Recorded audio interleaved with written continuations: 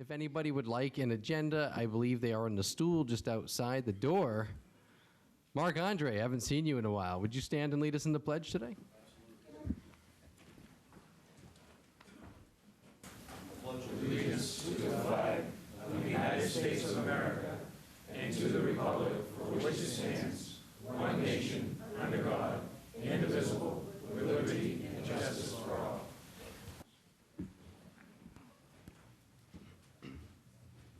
First up, we have disclosure of conflict of interest. Do any of the councilors tonight feel they have a conflict of interest with any of the votes they will take? Seeing as none, we'll move on to the approval of the consent agenda. Could I get a motion for the approval of the consent agenda? So moved. Second. Any discussion? All in favor? Unfinished business, Order 168, 2019. Move to read by title only. Second.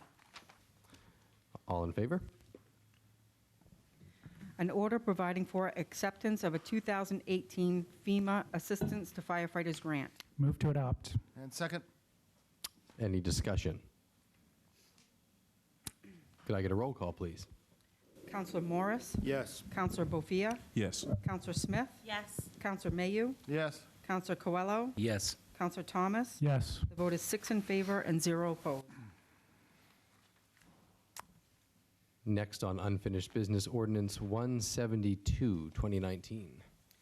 An ordinance providing for amendment to marijuana ordinance. Be it enacted by the Waterville City Council acting as municipal officers that Articles 4 and 5 of the marijuana ordinance be amended as shown on the attached. Move to adopt. Second. Discussion?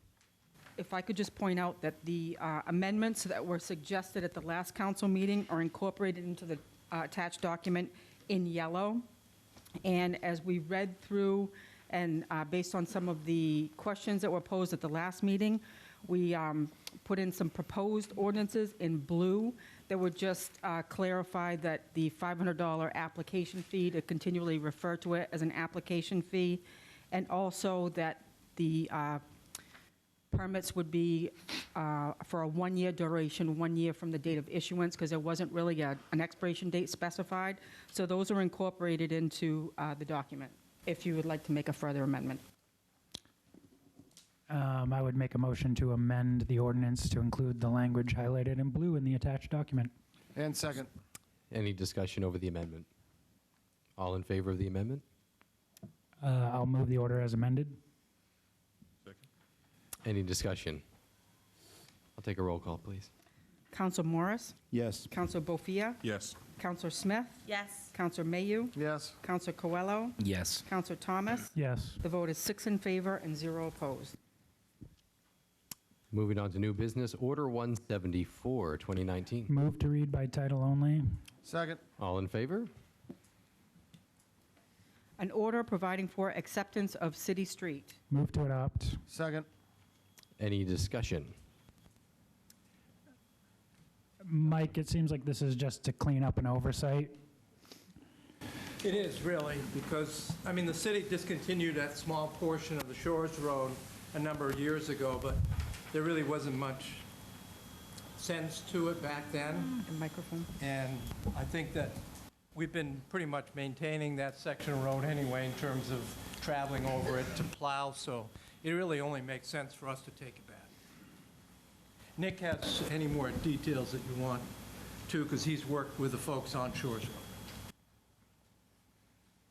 Councilor Bofia? There are no additional costs that will be incurred by the city for maintenance or repairs or anything like that? No, actually, we're actually already still plowing it. I mean, it's a section, it's where Lupine and Shores Road intersects. This is only a short section of about 187 feet. So, and it was a previously public road, Shores Road, so. Okay, thank you. Any other questions from the council? Any comments from the public? Seeing as none, we'll take a vote. All in favor? Unanimous. Next, Resolution 175, 2019. A resolution providing for referral to the planning board. Be it resolved by the Waterville City Council acting as municipal officers that in accordance with Article 7, Section 7.1 of the zoning ordinance A proposal to amend the zoning ordinance is hereby referred to the planning board for public hearing and recommendation. Move to adopt. Second. Any discussion? All in favor? Next, Resolution 176, 2019. Sorry. A resolution providing for referral to the planning board. Be it resolved by the Waterville City Council acting as municipal officers that in accordance with Article 7, Section 7.1 of the zoning ordinance, a proposal to amend the zoning ordinance is hereby referred to the planning board for public hearing and recommendation. Move to adopt. And second. Any discussion? All in favor? Next on new business, Order 177, 2019. An order providing for acceptance of funds for fireman training program. Be it hereby ordered by the Waterville City Council acting as the municipal officers that the fire chief be authorized to accept and expend $10,000 as detailed on the attached for a fireman training program for Colby College students. Move to adopt. Second. Open for discussion. Councilor Bofia, then Councilor Mayhew. First, I want to thank Chief for all the good work he's been doing, and it's great to see a department head really go above and beyond, looking ways to save our city money and while providing excellent service. I just have a couple of one question about that. It stipulates that the $10,000 is above what Colby College is already providing us for the training. Are there any other costs that will be incurred by the city in terms of time, or let's say, staff be taken away that could impact, city operation or anything like that? No, this will have zero impact on city operations because this will be conducted by off-duty personnel, and the actual donation in the amount of $10,000 will help offset some of those payroll costs. So there will be no costs incurred by the city of Waterville for this program. Okay, thank you. Councilor Mayhew? Yeah, Sean, I wanted to again commend you on, and the team obviously, for this. Nothing from a business perspective, I can tell you, is more important than whether it be a municipality, whether it be a business itself, but the interdepartmental training is certainly for our first responders is vital to our community. There are so many different echelons and levels of fire training that have to be looked at from every perspective and every angle, and I think our department does a really good job at this, and is very frugal with what they do, and they really want to be top-notch. So I was going to ask you, Chief, if you could just give a little brief outline about how this came about, and how it came about, especially with the Colby. Sure, I'll try to be as brief as I can, but Yeah. I'll draw your attention to the back of the room. Is Calvin here? Calvin, step in real quick. So this is firefighter Wetmore. He is a firefighter EMT. He's been on our service about a year now, and based on what he's told me, being involved in the fire department's really kind of impacted him positively, and he happens to be going to Colby College. When we originally met with Colby College to talk about recruitment, how could we get more students down here to fill some of the gaps that we need in our department to help provide emergency response to the community? It quickly became apparent that some of our best candidates are located in our two colleges. So we really have a really good advantage over some of our surrounding jurisdictions. So we looked at the costs of running a program in their Jan plan, which is the month of January, in between classes, essentially. The students have an opportunity to stay rather than go home and to pick up an extra class. And 30 days of payroll is difficult to achieve. And Colby really, really wanted to run this program, and they designated $10,000 to it. And then they wanted to pay for fire gear above and beyond that. And we were still coming up short. And the program honestly was in jeopardy. And we had an excellent visit with Calvin's parents. They're wonderful people. They came down, they immediately took to the firehouse, did a tour, and I want to say publicly to Calvin and his family that we certainly appreciate this $10,000 donation, and it will go a long ways. So that's a brief synopsis. Thank you very much. Great. So. Any other questions or comments from the council? From the public? Well-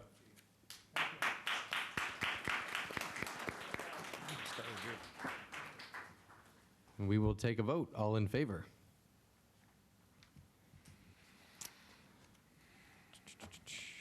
Next, ordinance 178, 2019. An ordinance providing for amendments to the Public Safety Ordinance, be it enacted by the Waterville City Council acting as the municipal officers, that the Public Safety Ordinance be amended as shown on the attached to provide for a cost recovery option when fire department services are provided for motor vehicle accidents. Move to adopt. Second. Discussion. Councilor Bofia. So, these are for accidents that happen in the city for non-city residents, correct? Okay, so that's a very good question. So ideally, we'd have in this ordinance that Waterville residents would not be required to pay any denial of services. However, if we put that in our cost recovery ordinance, that is a reason for insurance companies of non-residents to deny those claims. So what we're going to do to circumvent that, so that our residents aren't bearing any more costs above and beyond the insurance payout, is we're going to have, Mike and I have drafted a letter to have an agreement on the outside of this ordinance that says that no residents of this community will be responsible for any cost above and beyond what the insurance company reimburses us at. And this is cost recovery originated in the 2000s. It started to come into the fire service, and it's been slowly creeping up this way. Dexter was one of the first ones to do it, and they brought in about $30,000. But this is just a way for us to recoup some of the cost from our traveling visitors, essentially, that happen to get in accidents and don't pay taxes, and they don't pay for our service. So this is a way that we can try to recoup some of those costs. Now, the projections of what we're actually going to generate here, I don't know. It could be $5,000, $10,000. It could be more.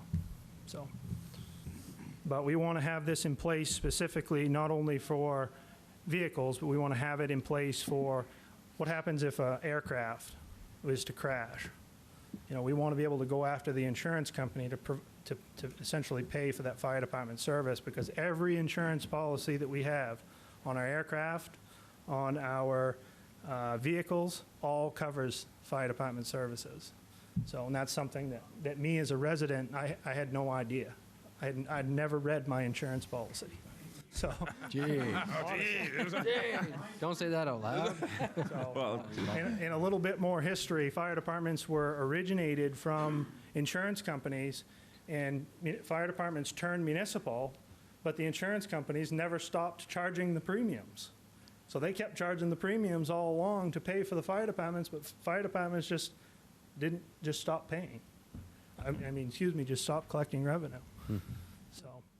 That's great. Again, I want to commend Chief for all the hard work he's doing. This is what it's about, department heads looking for ways to bring revenue to the city and not just depending on taxpayers to do that. So thank you, Chief, for what you do. Any other questions or comments? Councilor Mayhew? Yeah, I want to second that. Again, with not only the chief and the fire department, but for the committee that was organized to be with the chief and looking for some of these things, looking under every rock, every stone to find some way to better first responders and to recoup costs. As you know, the municipal budget is always a strain, always, it's always something of a surprise, of a Pandora's box when we get into it and we start debating it. Definitely, this is just another means and another way to create an additional small revenue line that will help recoup some of these costs. So I do commend for the innovativeness and the creativity that is surely on display here with the fire department, with the chief, and with the committee that was in place discussing and putting this together. So thank you very much. Councilor? has this been thought about, also being incorporated with our police? Because they do respond to calls with the fire, and, is that something that could be also added in so that when the police respond to the call, their services can also be billed to the insurance company?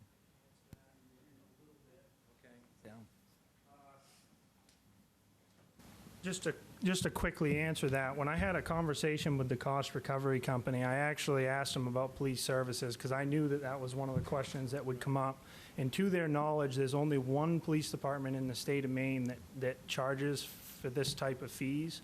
So I think it's a conversation we really need to have with Chief Massey to determine, number one, is it in compliance with law? Number two, is the work worth the effort of getting this? It could be very little. I know on my end, it's very worthwhile because we're just going to contract with a third party. And basically, I don't do a whole lot of anything other than monitor, the claims, essentially.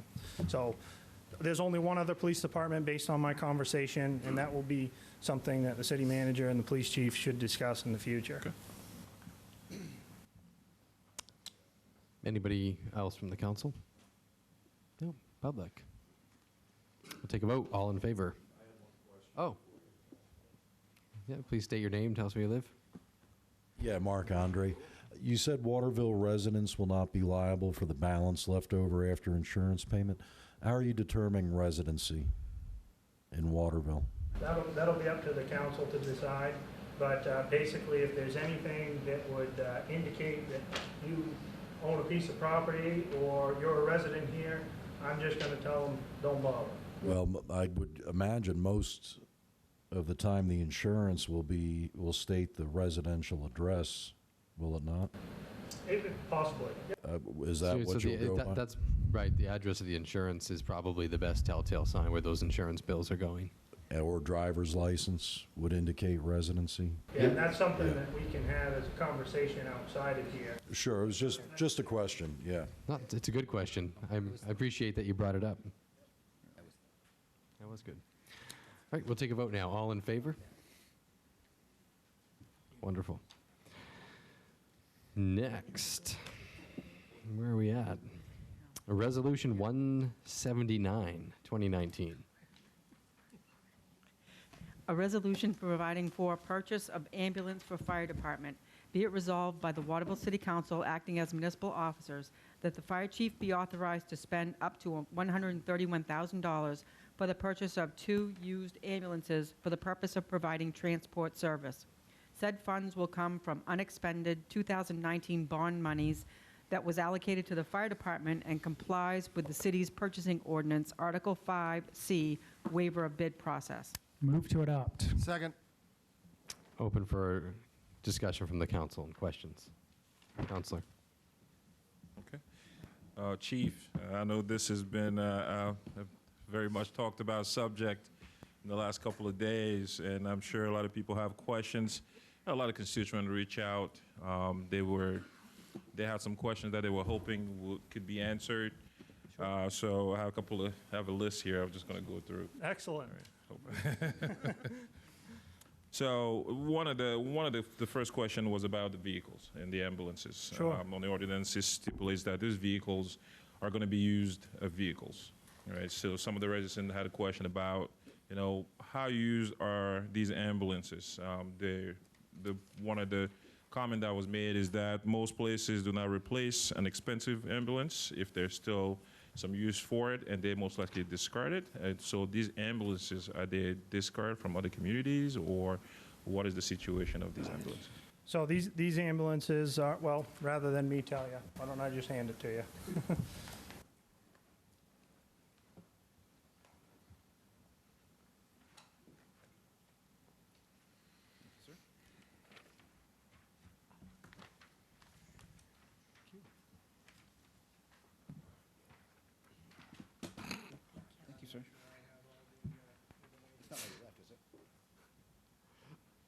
That was great. Sorry. So these are what the ambulances are, and the answer is absolutely. When a truck is traded in, sometimes they become available for purchase. That's absolutely true. Yep. So you see here, one of them have 95,000 and the other one's 74,000 miles. Yep, that is correct. They're diesel trucks. They're going to last in between 150,000 and 200,000 miles if we maintain them properly. And is there a warranty that would come with the purchase of these ambulances? So I was able to get a 6-month bumper-to-bumper warranty or 12,000 miles, whatever comes first. The only thing it will not cover is motor drivetrain or the diesel exhaust fluid system. And when that happens, they'll discuss the options and work with the department to get the items repaired or replaced. That's an email that I received from them.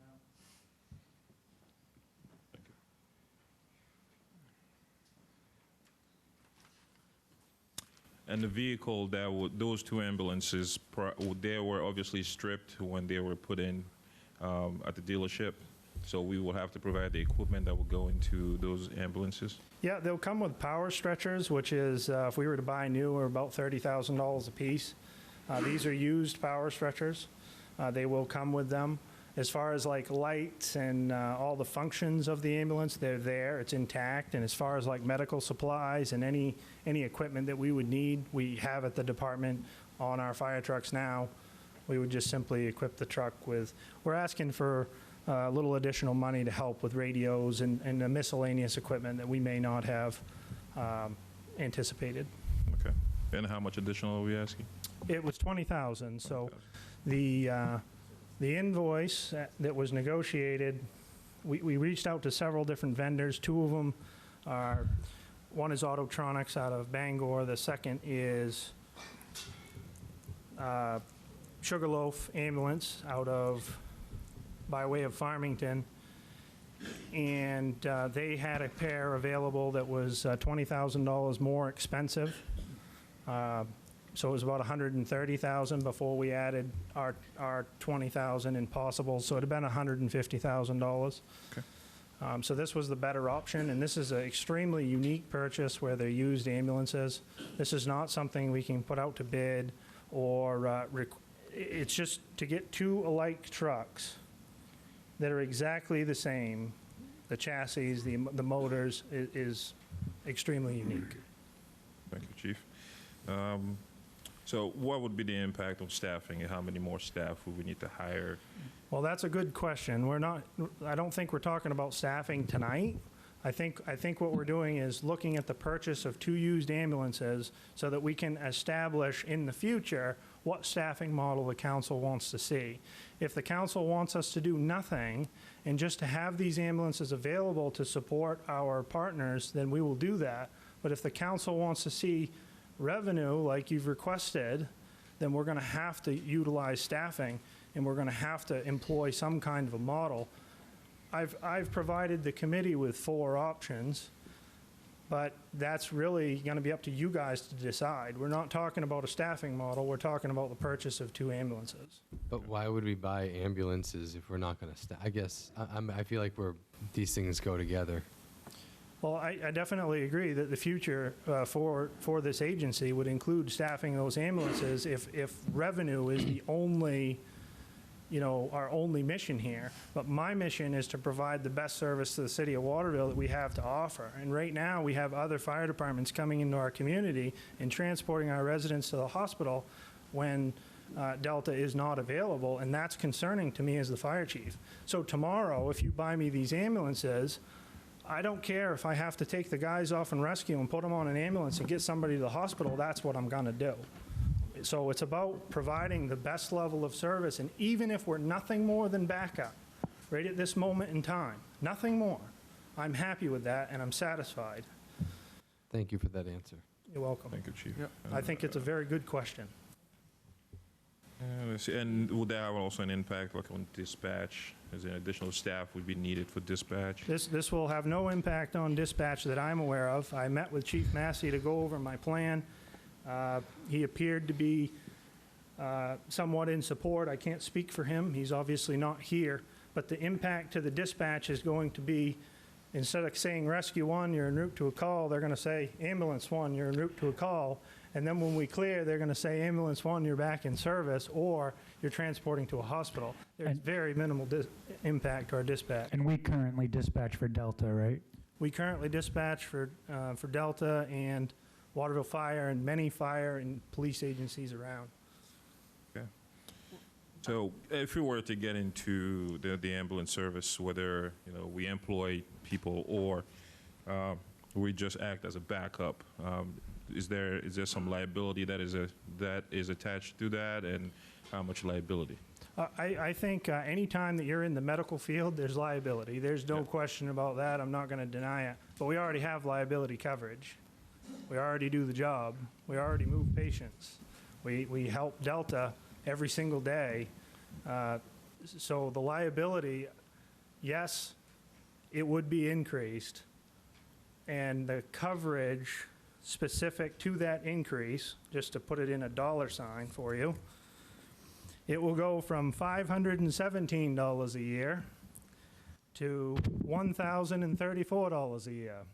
And that's what Maine Municipal evaluates our medical liability coverage risk. So I have a lot of questions, but Sure. they're mainly focused on a full transport service. Like, I've Sure. taken a lot of calls. I've spoken to other municipal officials from around the area that have reached out. A lot of my questions have to do with financial assumptions, who has checked those financial assumptions, and how we can prove those out. But it sounds like, and Mike, I would like your input here. It sounds like, and I just want to be clear, that everyone in the room is clear, there will be a separate vote on whether we offer a transport service. This is simply about buying. Yes. So if we buy these trucks, I need to license them to the transporting service. There is no question about that. I need to license it in order to transport patients, even if it's one time per year. So I think that this vote would indicate that we have intent on moving forward with transporting. I would expect that this vote would allow me to license my service to transporting. But if that service required personnel, or if that service has required any cost beyond these ambulances, that would come back to you for a vote. So this is very premature with all of the discussions that have been happening. Well, right, because we have like financial assumptions that I've seen that were done, but I don't know anybody that's actually checked them other than the committee that met in private to make them. I promise you that I have all the financial analysis that not only an independent contractor hired by another municipality has put forth, but I have my own independent research to back up theirs. And I really feel that if we could sit down as a group and discuss this information, this is a done deal. It's a no-brainer. But we're not talking necessarily about staffing tonight. We're talking about getting me 2 ambulances, allowing me to license to transport, and then receiving my direction from you. Councilor Thomas. I had a long conversation with the chief this afternoon and asked many of those same questions. I think what this really commits us to in the short term, the only real difference between a rescue truck and an ambulance is that you can transport somebody in an ambulance. So instead of sending out the rescue truck, they would send out the ambulance. We might be able to either repurpose the rescue truck or potentially sell it if we decided that was a better decision. And right now, we've had cases where if Delta is at capacity, we're having ambulances come in from other surrounding towns to pick up the slack. And so this would allow us to pick up the slack instead of asking the surrounding communities to do it. And it would leave us the option moving forward, if we find that this is something that's generating significant amounts of revenue for the city, we could expand upon the service moving forward. But in the short term, it does not commit us into taking on all of the ambulance transports that will happen in Waterville or the surrounding communities. So these would be located in Waterville? Both of them stationed in We would Waterville? have them stationed right at Central Fire. Central Fire was built to be a 100-year station. It literally is designed to house 3 ambulances. The upstairs is designed for paramedic crew quarters. That is exactly what the forefathers anticipated we would be going many moons ago. So yes, they will be here in Waterville. Councilor Coelho.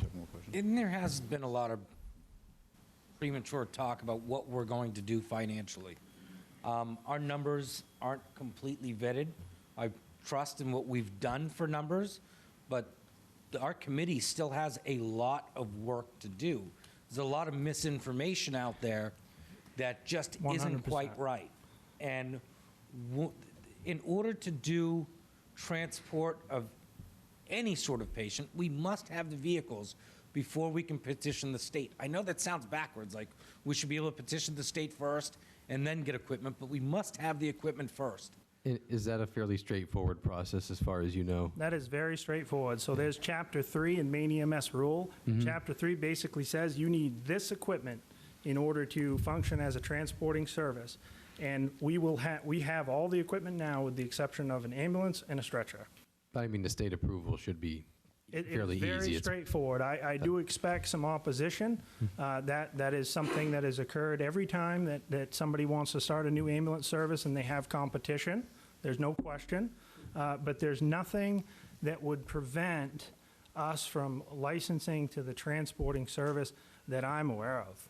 And I've had several conversations with the licensing division, and they're more than happy to come up here and sit with the council or sit with the committee and have those discussions. And I would say, Chief, like I had a conversation with you. We're not very concerned about what the competition could be thinking. What we're here to do is to think about what's good for the city. That's right. What's good for the city of Waterville. So if there is competition out there, you know, that's okay. That's their business. But our business is the city business. So I commend you for the work that you've been doing. One question that I have: you already do provide some of those services that are provided by Delta. Also during the calls, correct? That is correct. Okay, thank you. Councilor.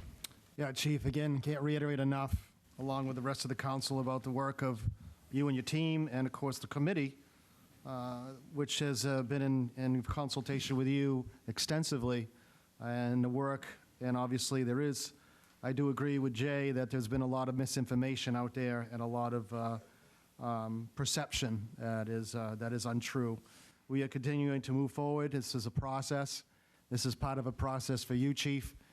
This is about simply buying 2 ambulances, and yes, we are moving ahead with an intent, as stated, to be a transport service. I think it's unacceptable to have to a certain independence type rule where you would like to be a functioning body and a first responding unit to take care of Waterville itself to the best of your capacity. I don't think you're asking for something that's outlandish or unreasonable.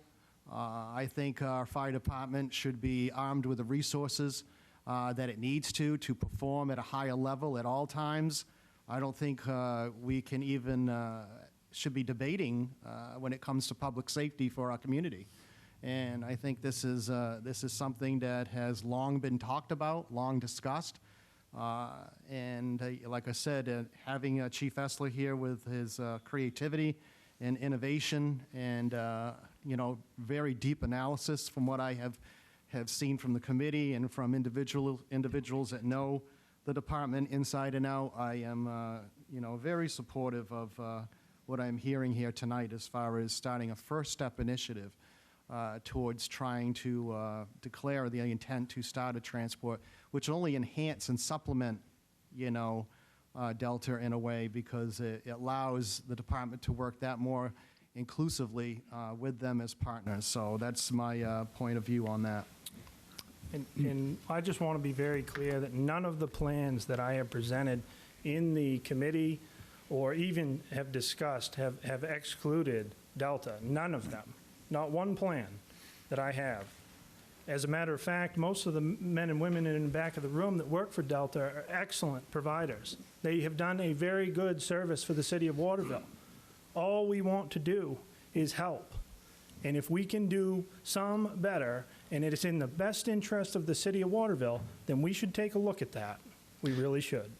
I agree. I do think I'm glad we were able to separate the discussions tonight, because this has been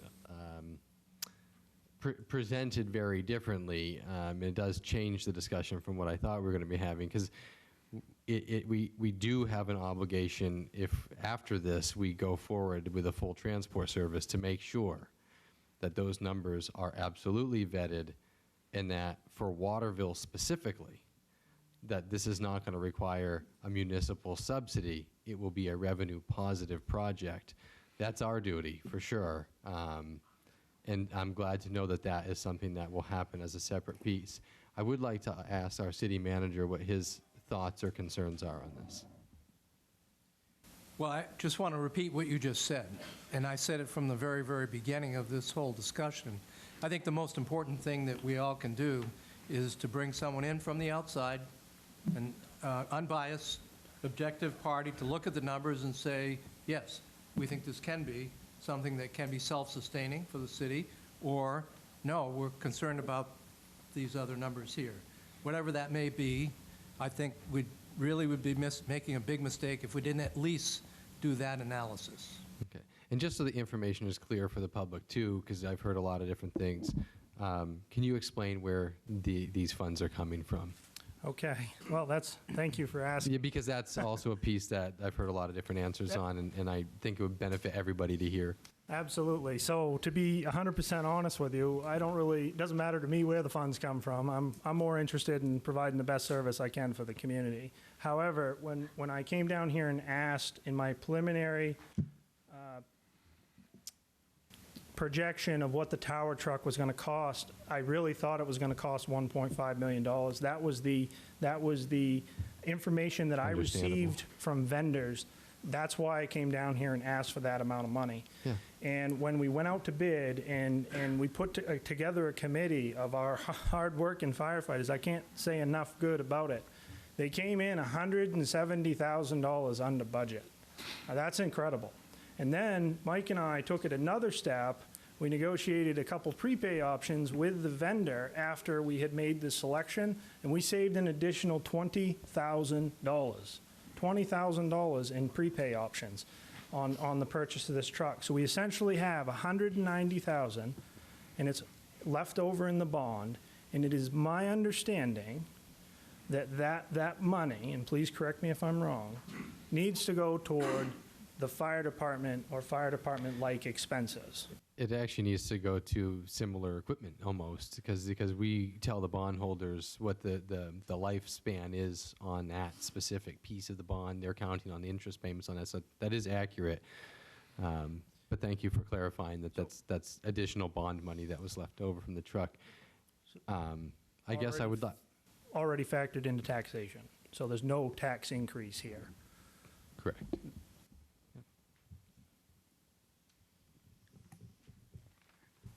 I'd be lying if I thought that the financial piece wasn't a motivator. It is. The preliminary numbers that we have looked at, if we ever go full-blown, are pretty amazing from what I have seen. And that just takes into account our emergency 911 calls alone. Doesn't touch on any other way that we can make revenue. Those are there. But like Chief said, it really is about streamlining our service so we're not reliant on everyone else too. I had an opportunity this afternoon to spend an hour and a half with the head of Delta in my office, and we spoke candidly. And one of the things I said is that there will be, at some point, some sort of compromise between Delta and the city. I think some sort of hybrid approach could work. But any compromise that we make has to put our residents first, both financially and care. And if we can't meet those, then there is now an opportunity for us to do it for ourselves. Now, like you said, those numbers are going to get looked at. Our committee is not done by any stretch of the imagination.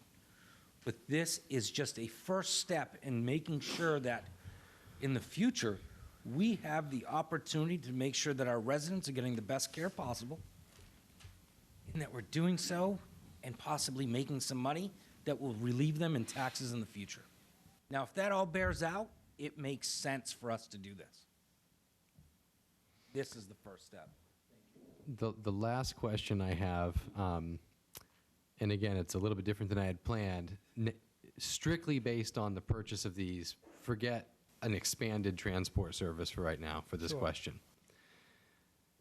Will this, will this activity affect our mutual aid agreements, or is this strictly in this sense doing work that we're already doing right now? This is already doing, or already work that we're doing now. Yeah. Essentially, I would want to sit down with Tim Beals, the executive director of Delta Ambulance, and just have a conversation with him and say, look, you know, hey, we're here. We understand what this looks like. We understand what the future may hold. But for the meantime, the Waterville residents are the priority. You know, the finances, the money, that should be set aside, and the patient or the resident should come first. And with that being said, I would like to negotiate a mutual aid contract with Delta so that they're not calling another fire department to the city of Waterville, that they're relying on firefighters that have served this town for over 200 years. Yeah, well, more because I know like Hollowell is a good example where everyone says Hollowell doesn't need a ladder truck because Augusta has one, but basically whenever they call Augusta, Augusta's off with the ambulance and their ladder truck's not coming to Hollowell. Yeah. So that's just something to think about, I guess, down the road, because that's a separate conversation, but I just kind of want that to be on top of mind. And I want to be very clear with this council. If my mutual aid partners call us for anything, we will be there, because they will be for us. So that includes ambulance transport if they needed it. Great. But the only reason they would need ambulance transport from the city of Waterville would be if Delta Ambulance was unavailable. So how could that possibly be anything other than good for this community and surrounding communities? Yeah, I just want to thank the chief again for all the work he's doing and how prepared he is. You know, this is not. It clearly looks like this is not something that just sprung overnight. It's a well thought of plan, and it's a wonderful use of tax money. Right, that is not going to cost resident another penny, and it's put towards a project that could potentially generate some good revenue for the city. So again, I want to thank you for all you're doing. I really appreciate that, and I do want to reiterate that point. This is the only purchase that the fire department has made that has the potential to not only pay for itself, pay for the staffing, and maybe offset some taxes. This is a good purchase all the way around. Even if we buy them, set them in the firehouse, and just pick up the overflow for a little while, we can decide how to proceed from here. And I promise you, I do have information, and I do have the numbers, and I can combat pretty much any question or any theory that's brought up with the information that I've obtained over the last 10 years. And that's very important. You need to know that I've been studying this my entire career. This isn't something that was just born overnight. So thank you very much for your good comments. I appreciate that. I think, Amy, you have a question. Yes, I have a question. Just to sort of gauge how serious the situation could be, how often does it occur that Delta is not available to transport? You know, we don't have anybody to transport, and we have to call an ambulance from another town. Boy, if I didn't have to answer that, I would be happy. We saw, in 2018, we saw 75 delays. And some of those, I see 19 delays 5 to 9 minutes after the arrival of rescue. 19 delays 10 to 14 minutes after the arrival of rescue. 8 delays in between 15 and 19 minutes after the arrival of rescue. 2 delays 20 minutes to 25 minutes. 2 delays 25 minutes to 29 minutes. And 2 delays over 35 minutes. And I've personally been on scene for 50 minutes with people waiting for an ambulance.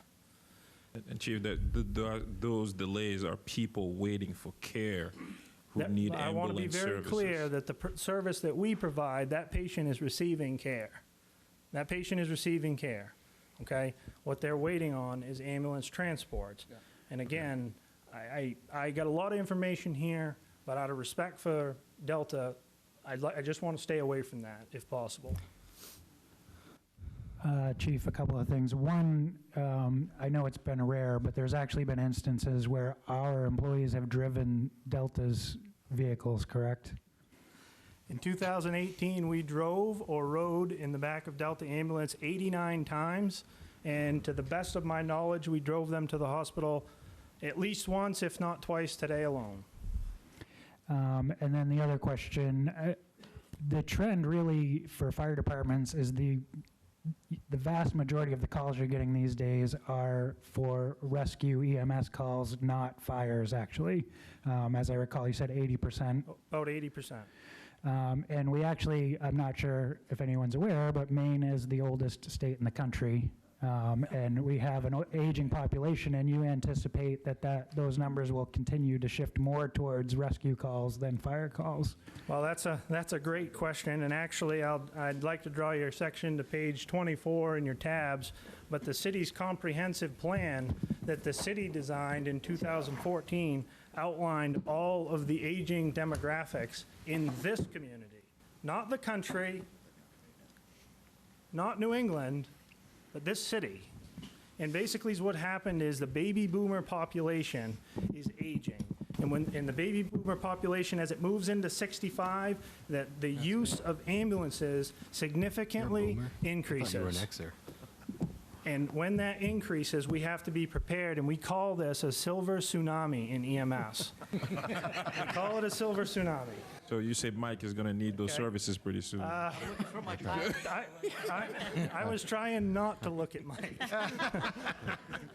So I know there's people here who would like to speak. Is there any more questions or comments from the council, or can we open it to the public? All right. We're going to open the podium to the public. Please just let us know who you are, where you live, and ask your questions. Good evening, Bob Veer, Ward 7. Without going into my health, I've had 8 myocardial infractions, other known as heart attacks. I've used Delta services 6 times, 2 life flights. My question is, Chief, if I'm at my residence on King Street and I currently go in the back of Delta, the paramedic that's treating me all of a sudden is in contact with their ER and they say, you're going to Portland. Do not stop, go, which has happened. Don't even stop in Augusta. Keep on going. You're going to Portland. How is that going to affect these 2 ambulances, and is it going to benefit? Are we going to be out of town down the road? I know we're here tonight for, do we purchase 2 used ambulances? I get that. But that's a question that our aging population is asking. I think that's a great question, Bob. And the answer is, we're going to take care of our residents at all costs. And if you got to go to Portland and you're in the back of my ambulance, then that's where we're going. There's no question about it. So, and you could say, well, that will take away from fire protection. Bob, I'm going to call in my call firefighters that are in the back of the room that have served this community for a long, long time. Okay? And they're going to cover the city while we're gone, taking you to the hospital if that's what it takes. But I guarantee you that we will take patients where they need to go in the absence of Delta Ambulance. And there will be nothing stopping that.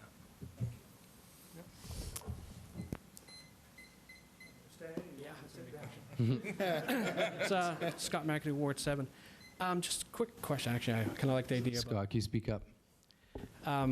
Just a quick question. If, like you said, you're getting the additional staffing, are they actually like cross-trained? I know like Portland, Augusta, Bangor, they're cross-trained firefighter, EMT, paramedics, whatever they are. Are they actually going to be a cross-trained, which will actually increase the staffing during the day? Like if, think of a fire, let's say a few of them can work off, a couple can work in the ambulance, the other 2 that on the ambulance can be like firefighters, and which kind of increase. That's also a good question. I think we need to separate it, like the mayor said. We have the purchase of ambulances, which will not include any additional staffing right now. If we have to utilize staffing from our field, then they'll all be cross-trained. I mean, they're all firefighter EMTs, and that's why fire departments across the country implement the services of an ambulance, because we are the Swiss Army knife of society. We do everything there is to do. Not only can we provide high-quality care, but we can put out fires. We can get cats out of trees and such. So, good question. Want me to stay?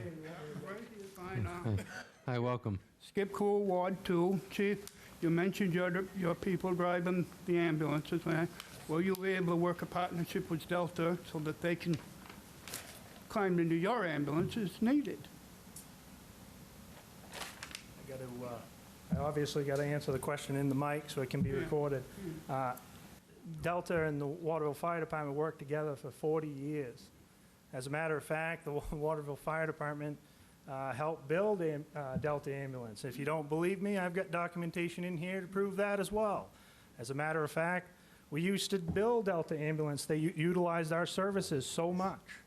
As a matter of fact, I mean, so the answer is I am open to anything with Delta ambulance to strengthen our position and our EMS delivery here in the community. Absolutely.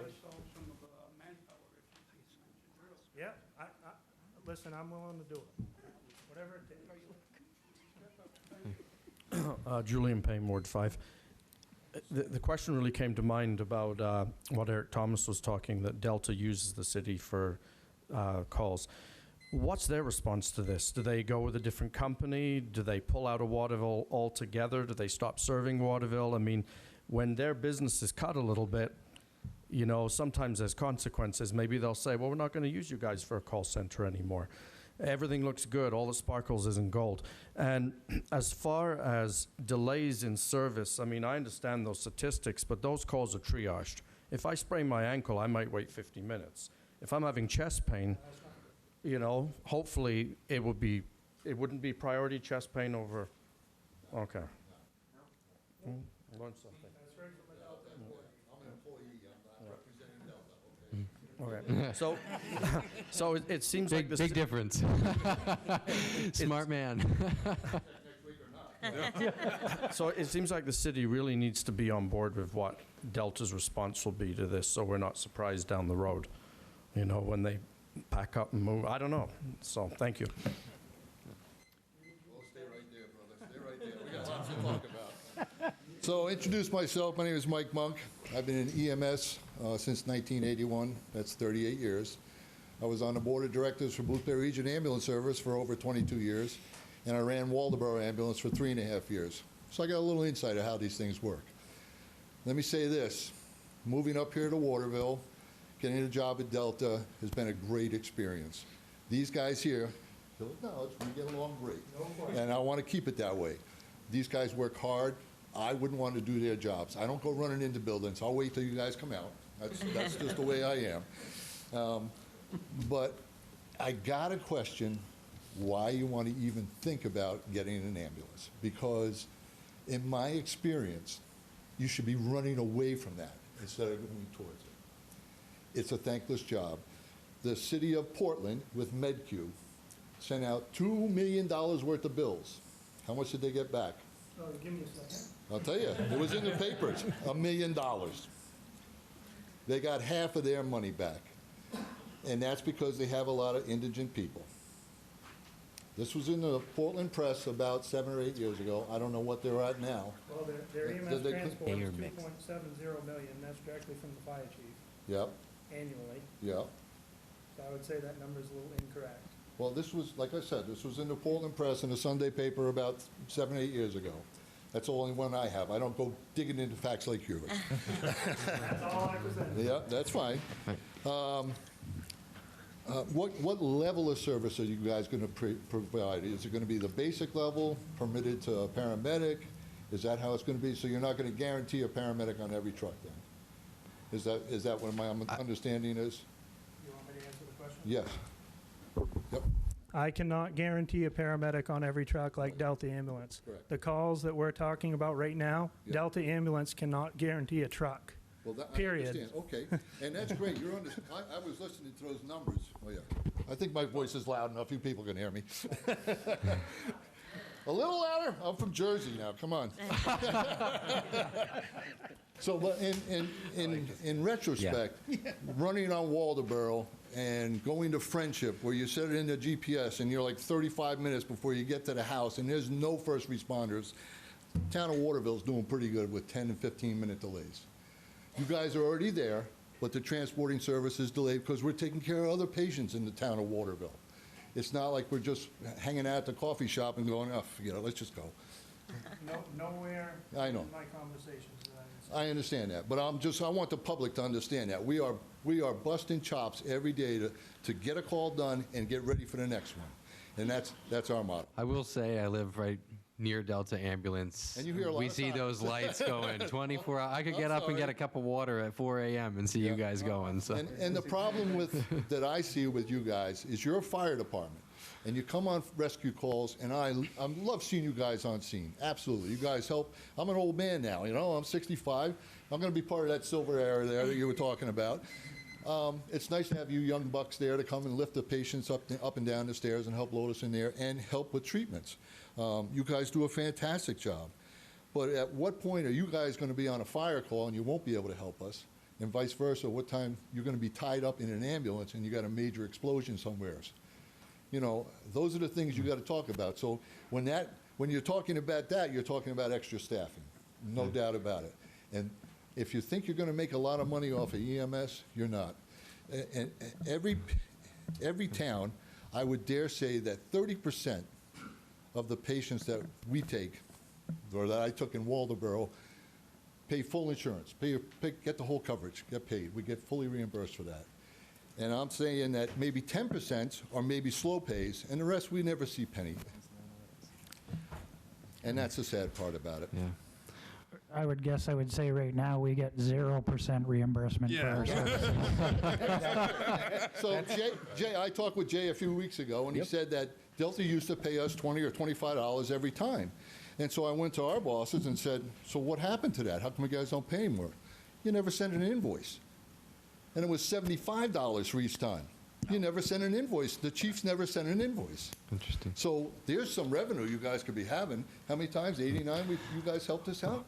89 times 75? That's a little extra cash.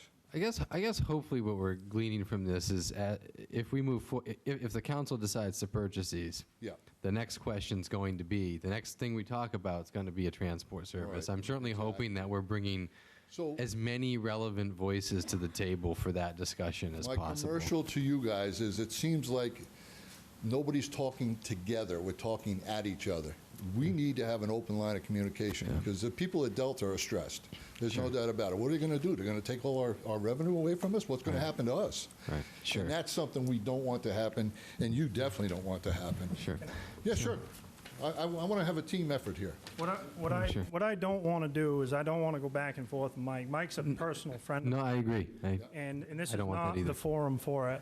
But I will tell you, Mike, from the bottom of my heart, since November of 2018, I have been negotiating and working with Tim Beals on a plan. Right. And we have been working together to try to solve the issue. Right. The problem is, every conversation is geared towards profit and not necessarily the interest of the residents. And that is the simple truth. How do you provide for the interest of your residents if you don't make money? Right. That's I agree. I agree.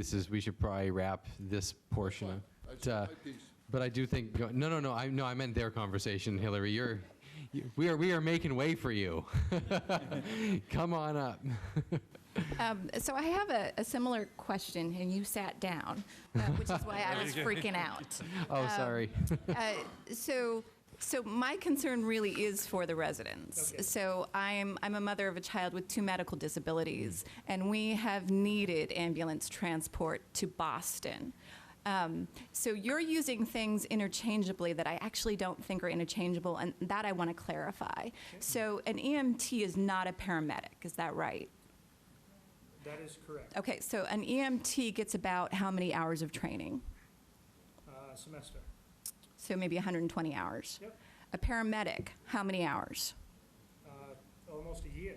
Beyond. And some paramedic programs are 2 years. That's correct. So listen, you're talking to a mom who has a kid who's had 5 neurosurgeries. I know that a specialist is what you need when you have an emergency. Yep. I want you guys to be able to help everyone, but I'm going to be honest. If I'm calling 911, I want a paramedic. I want a paramedic for my kid. If you're telling me that you can't triage between a sprained ankle and a kid who needs neurosurgery in Boston, I don't want my kid waiting. So if we're talking about getting into the paramedic business, which might be good business, I'm not sure that 911 will ever generate enough revenue to really benefit the city. So I'd like the council to consider that. I think if you look at Delta, my suspicion is your 911 calls do not generate enough revenue. So in order for you to maintain the care that I need for my family, you have to equip a crew of paramedics. The cost to equip a crew of paramedics who are going to be available, you're looking at least $700,000, if not $1 million. Okay, so I don't want you to, I love you guys. You guys have been to my house too, okay? But I'm saying when I'm calling for my kid, I need that person who has the extra training. And to be fair to the person whose house is burning or the factory that does have an explosion, they want you. They don't want you transporting my kid to Boston. They want you and your expertise here. So if the city's not making a commitment to have that paramedic crew, it is the cart before the horse. If you've got the money, that's great, but you have to maintain it and you have to think about the extra crew in the future. I don't know enough about the numbers. I trust that you do. But I'm just using common sense. When we're talking about medical care, you need specialists, and I'm not sure that they're equivalent. I don't think that means there isn't room for both. But I would be concerned if we're talking about serving the public and what they need when they call 911, I need to know that a paramedic's going to be available. And I hope you understand that. I do. Okay. Yeah. Okay. So the first thing I will say is what we're talking about right this moment in time is when there are no paramedics available. And you're standing next to a paramedic, just so you know. And that's great. So we're talking about when there are no paramedics available. So we're talking about your child that has an emergency. So everything would be routed to them first. Absolutely. Okay. We would function no differently than today if we buy these ambulances tomorrow. So Delta will come. If Delta's not available, or Delta's sending a truck from Augusta, which happens on a daily basis. Yeah, we were delayed because of that. You and your child is better off in the hands of an EMT traveling to the hospital than they are sitting at your house. And that's the truth. I'm not sure, I don't know if I'm going all the way to Boston. Correct. I would not. I would not. Said we would get you to where you need to go. If we are required to transport that length of time and we don't have paramedics available, we're required by law to call a paramedic. That is like Maine EMS Rule 101. So you would not be transported to Boston under any circumstance without a paramedic. We would call them, we would call Augusta Fire, we would call somebody to get you that level of service if necessary. However, if you're going to Boston, chances are you've stopped at a local hospital, been triaged by a medical doctor, and they're doing a paramedic interfacility transport down south. And that's just the simple truth of the matter. What we're talking about is when ambulances are not available. That is the hole that I want to patch right at this moment in And so time. when you gave those numbers of all those times that they weren't, what's the comparison to how many total calls there were? So that's a very good question. So there are about 3,000 EMS calls.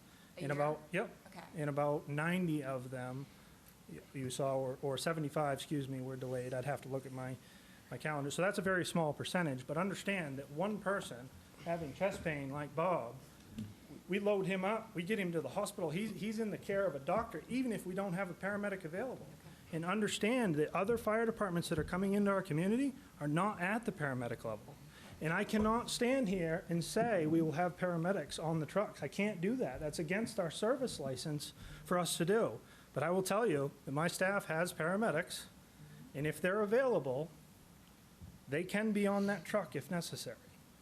So are Waterville residents then, I'm saying, I'm seeing a future of you needing to equip a staff, and that staff has to be paid for by the city. When we move forward with staffing, I promise you, we will be hiring nothing but paramedics, because that is the standard level of care, and that is what we would need. And it would cost a lot of money, you're absolutely right. But I promise you that my financial analysis says that ambulance transport, even in the 911 settings, will pay for that. And I'd be happy to share that information with you at any time. Thank you very much. Appreciate it. Counselor? And so just to be clear, it really won't change this. What we're voting on tonight will not change the service that's provided, other than what will happen is instead of dispatching the rescue truck, which does not have the ability to transport, even if we wanted it to, we'll be sending out an ambulance instead that will provide the exact same care that you would get if the rescue truck showed up, except they actually have the ability to transport somebody. So it doesn't change the care that you get. It just means that we would actually have the ability to transport somebody if it was a case where we would otherwise have to wait for Delta to show up. Yes. Kathy Weeks, Ward 1. Hillary, I totally agree with what you were saying. I have had 12 years of experience with a very ill father and then a mother who, your guys like knew us. We almost gave Christmas gifts to each other. Rescue would come first, and then we would wait for Delta. But I think Hillary's point is very clear. You would need paramedics. Paramedics are hard to find. You know, we're in the middle of a very severe nursing shortage, and paramedics are down from there. Delta would come right after your guys would come. And then, because these were very critically ill people, I do agree that, yes, you may discuss buying an ambulance, but we need to see the whole plan. You need those paramedics and devoted to that part of the service.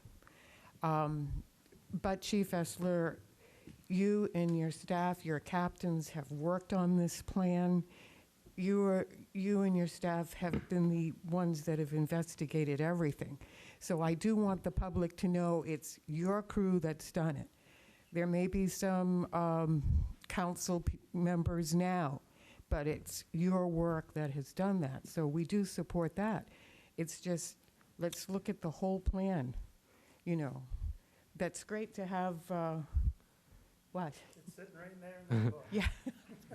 I mean, it's great to buy the BMW, but, you know, we need the accessories to go with it. So I think everyone would feel better if we could look at the whole scenario. So, but thank you for the work that you are doing. Thank you. Is there any other members of the public that would like to comment at this time?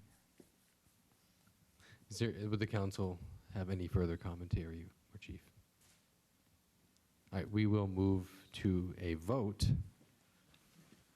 All in favor? Okay, so it's passed. Moving on, we have Resolution 180, 2019. A resolution providing for renewal of a liquor license to Hampton Inn, Waterville. Be it resolved by the Waterville City Council, acting as the municipal officers, that the City Council hereby authorize the renewal of a liquor license to Hampton Inn, Waterville at 425 Kennedy Memorial Drive. Move to adopt. Is there any discussion? All in favor? Resolution 181, 2019. A resolution providing for renewal of a special amusement permit to Kevin A. Joseph, doing business as You Know Who's Pub. Be it resolved by the City Council of the City of Waterville, acting as the municipal officers as follows. That a special amusement permit be issued to Kevin A. Joseph, doing business as You Know Who's Pub, 55 East Concourse. Move to adopt. Second. Is there any discussion? All in favor? Next, Resolution 182, 2019. Move to read by title only. Second. All in favor? A resolution providing for issuance of a victualer's license to Jason and January Furchak, doing business as Holy Cannoli. Move to adopt. Second. Are Jason and January here?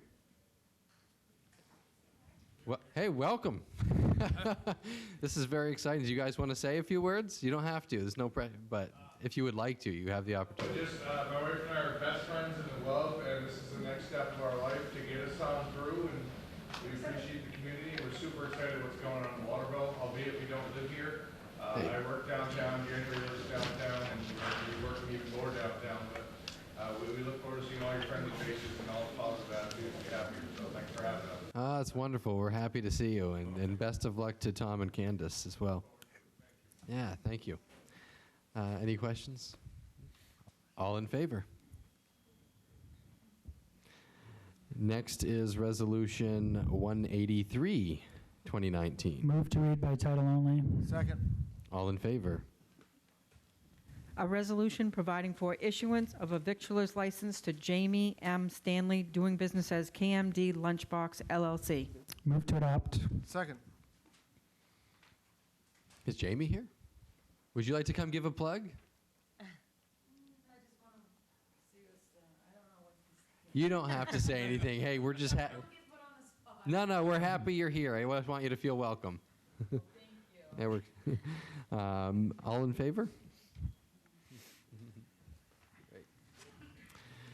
Next is Resolution 184, 2019. Move to read by title only. Second. All in favor? A resolution providing for bid award HD front-end loader. Move to adopt. Second. Any discussion? Counselor? Just so to continue to clarify, this is money that's coming from the bond that we already voted on, and we're just purchasing the equipment. Right, okay. This one in the next 4. In the next 4, yes. Right. These are all bond. Okay. Okay. All in favor? Unanimous. Next, Resolution 185, 2019. Move to read by title only. Second. All in favor? A resolution providing for bid award integrated loader mounted snow blower. Move to adopt. Second. Any discussion? What are we doing with the old equipment? Did you catch that, Mark? What are we doing with the old equipment? Are we selling it? Trading most of it, yes. Yeah, okay. Yes. So The only thing that trade value is included in the bid? What we get for trade value is included in the bid? Yes, yes. The prices include trade allowances. Okay. Yep. Great. All in favor? Resolution 186, 2019. Move to read by title only. And second. All in favor? A resolution providing for bid award loader mounted wing plow patrol package. Move to adopt. Second. Any discussion? All in favor? Next is Resolution 187, 2019. Move to read by title only. Second. All in favor? A resolution providing for bid award four-wheel drive articulating sidewalk tractor with attachments. Move to adopt. Second. Wow, the sidewalk tractors articulate? All in favor? Next, Resolution 188, 2019. Move to read by title only. Second. All in favor? I know. Jeez. And they all have to do with snow. A resolution, Get 'em. That's right. a resolution providing for bid award one-ton crew cab truck with rack dump body. Move to adopt. Second. Discussion. All in favor?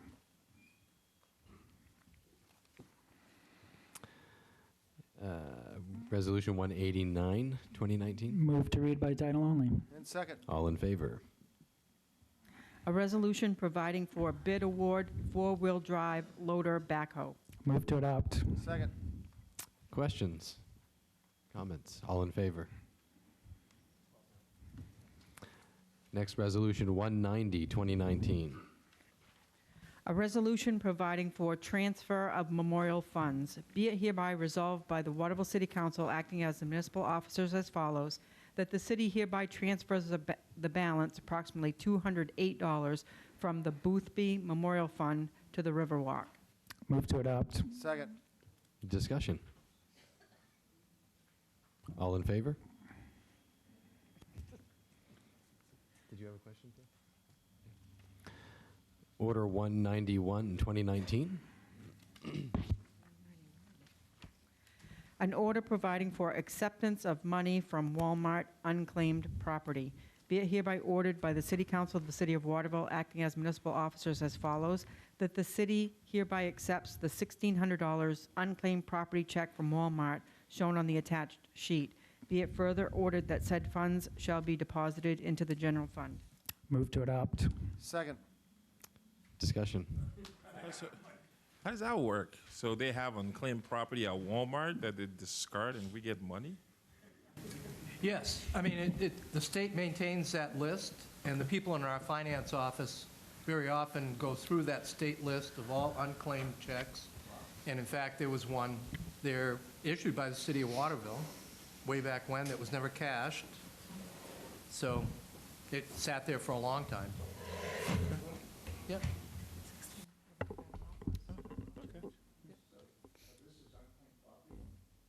It's our money that we're getting back. It's a check they didn't cash. They didn't cash It's a it. check they didn't cash, right.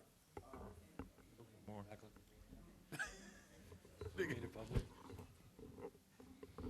Is there any other discussion on this? All in favor?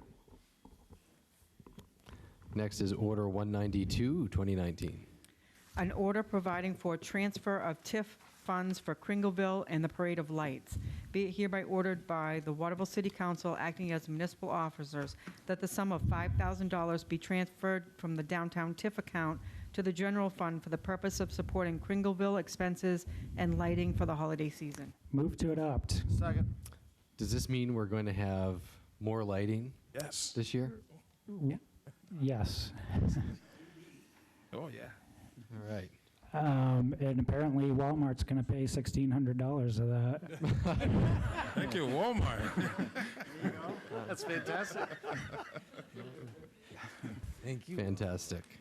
I put this item on the agenda. I'd just like to invite Amarinda from the Children's Discovery Museum up, and perhaps she can at least give some details on what's going to happen with the parade this year. Hello, I'm Amarinda Keys. I'm the executive director of the Children's Discovery Museum, and we are the organization that now facilitates and organizes both Kringleville and the Parade of Lights. And so this is our third year doing it, and we're really excited to continue to grow the event, work with the community to support it, make sure that it stays around for a long time. And we're excited to parade a bunch of lights down Main Street again this year, and the registration is open too. So anyone interested in having a float is definitely welcome to do that. So thank you. Excellent.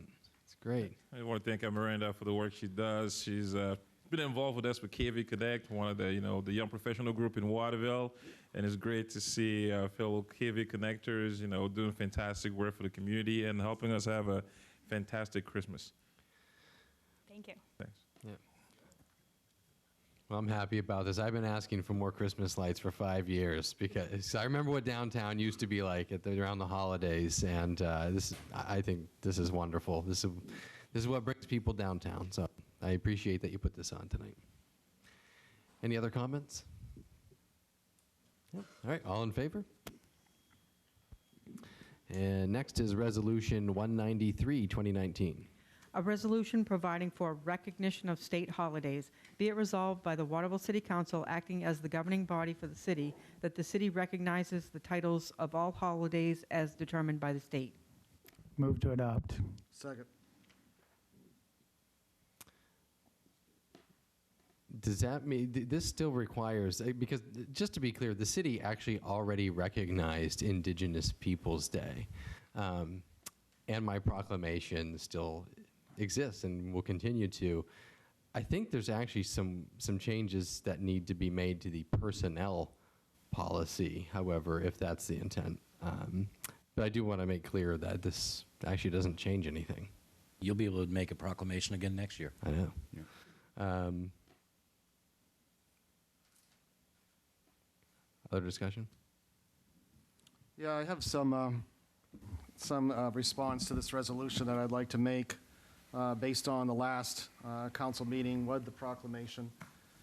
During a recent council meeting that entailed the mayoral proclamation recognizing Columbus Day, we had in Waterville a very diverse set of emotional and passionate debate on the true merits and value of recognizing this day in conjunction with what is known as People Indigenous Day. that was and is recognized as a state holiday renamed over Columbus Day. I stated my neutrality on this issue through the media, as I had always been raised under the Columbus Day premise. And that was an acceptable chapter in my learning and growing up through high school. Today, and over the course of a new generation has taken root, we have new differences of opinion and sensitivities of what happened to spark the involvement of renaming this holiday People Indigenous Day to recognize the Native Americans that were the original inhabitants of this land and the many sacrifices they were faced with and the treatment of which they endured.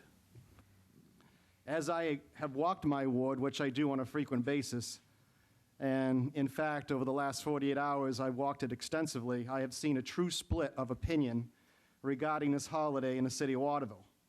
Traditionalists want to maintain and be a part of the originality of keeping Columbus Day, and then there are those that want the day to be one of reflection and remembrance of the Native Americans that gave up so much for us to live where we are today. There are dynamic elements of true heritage and culture on both sides of the spectrum here, and as a compromise, I believe we should, as a municipality, observe both, as with the residential split, an opinion from observation and dialogue with residents and deep convictions on both sides that should be duly honored and respected. I am convinced that as a local governing branch of government that we should recognize and honor those on both sides of this holiday. And I motion to amend this resolution 193-2019 to include a dual recognition of both standing federal and state holidays combined. In order for us as a council to be duly fair and consistent with the residential population of this city we all represent and preside over, it should be amended to read this way. Reminder, we as a municipality can have differences of opinion with the state version of anything. Case in point, state revenue sharing that was documented and promised at a 5% sales tax return to help assist municipal budgets to safeguard essential services and education. That was negated over several administrations to minuscule levels that forced our hand in draining precious reserve funds and levying the taxpayer and increased property taxes to help fill the gap. Every city then and now differed with the state. Thank goodness we are seeing improvement happening now. The city of Waterville should always look at the diverse nature of its residents and honor and respect all entities and within the social dynamics of this ever-evolving population. We must govern with fairness and also with integrity and establish a credibility in the sense that all of our residents have a legitimate say in what we deem a necessary recognizable holiday and allow conclusively for all to celebrate based upon their heritage and culture the way they choose to celebrate these holidays.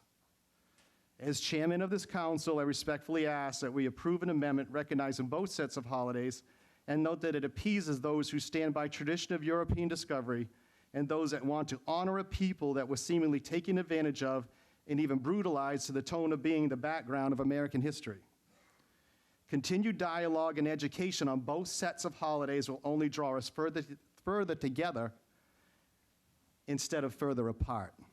And God bless the city of Waterville. Is there a second on the motion? Seeing as none, it will go forward unamended. Is there any further discussion on the resolution? So I'm glad you used the word integrity. And I take no issue with people that want to celebrate Columbus Day. My household was split yesterday. I had children that wanted to do Columbus Day. I had children that wanted to celebrate Indigenous Peoples Day.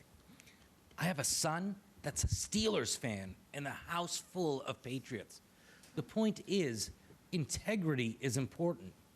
The mayor did what he has a right to do, a proclamation. I have no issues with that. What I have issues with is when the city puts up a legal, a notice that's from the city, an official document, and then that document is altered and then disseminated to residents, that's an issue. So this just clarifies that, hey, in the future, if you see something that looks odd, defer to the state. If the city can't figure it out, look at the state. You can celebrate whatever you want. Nothing stops them from celebrating Columbus Day. Nothing stops them from celebrating Indigenous Peoples Day. It's information. Don't try to fool residents.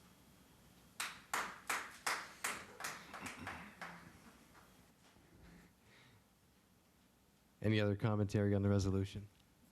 No. All in favor? Oh, right. Councilor I Booker. just want to say, walking the wards and knocking on people's doors, you hear all sides. People are for, people are against, all right? And everybody has the right to make a statement. The mayor has the right to make a proclamation. The city has the right to put an agenda item that we can vote on. What I've heard from constituents is people are tired, all right, of issues that don't help the city move forward. Right? They don't want to deal with that. They don't want to have to deal with things. Today we had a perfect example of what we should be doing as a city. Chief sat there and told us how we can make money and save money to constituents, make taxes better. This other stuff here, yeah, it creates headlines and it gets people talking, but it doesn't help the city move forward. It creates things that just continue to create a narrative that we don't really need. What we need is people sitting here and discussing city business and how to save people money, how to bring about revenue, to save taxes, and how to make sure that we all live in the city that we are proud of. And I just want to make sure that that's not lost, because we can get in the rabbit hole of continuing to argue with each other about things that are happening and how we're feeling about a certain subject or how this person is feeling. But what's important, and I believe, and that's the reason why I decided to serve in this city council, is to help our city and the people living here, because I live here, my daughter live here, and hopefully the children of my children and their children will also live here, and they'll be proud of living here.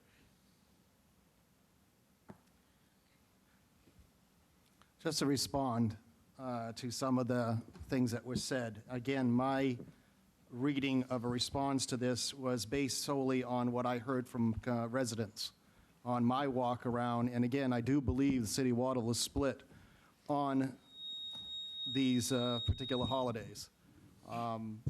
Again, I have no problem with recognizing all state holidays. I don't have a problem with that. I just wanted to reiterate, as a governing body of the city of Waterville, that we proceed with understanding that we should, as a governing body, represent all of our wards conclusively and legitimately, and recognizing there are people on both sides of the spectrum. That's all I'm saying. I have talked to people on doorsteps. I have been invited into kitchens and living rooms, and they have talked about this particular issue in length. And again, I'm talking about traditionalists. I'm talking about people that are very adamant about People Indigenous Day, and everything should be honorable and respected, and people should be able to celebrate the way they want to celebrate. And there are stories to each that we could rehash over and over again. But as a local governing body, I think it's important to understand we need to be consistent and fair in recognizing both sides of the spectrum. I think the good news is that this resolution is just that, and it actually doesn't change anything from what's happened or will happen in the future. And I think we were pretty inclusive this year of both holidays, and we're sure we will be again next year. Take a vote. All in favor? Now we're moving on to councilor updates.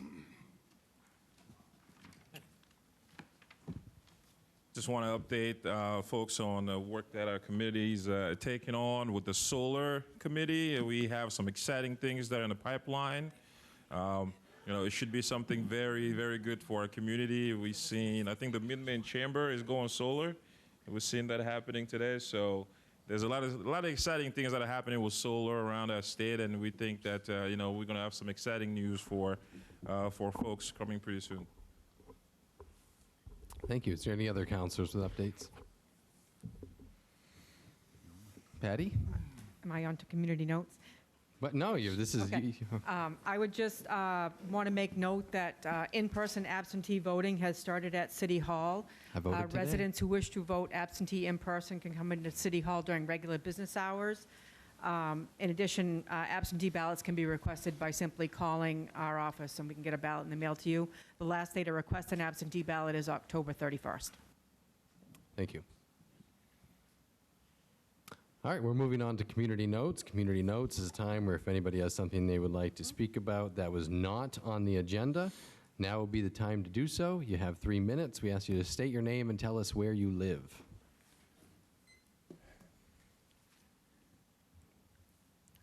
Wtvl Ward 7. Mr. Mayor, City Council members, and residents of the City of Waterville.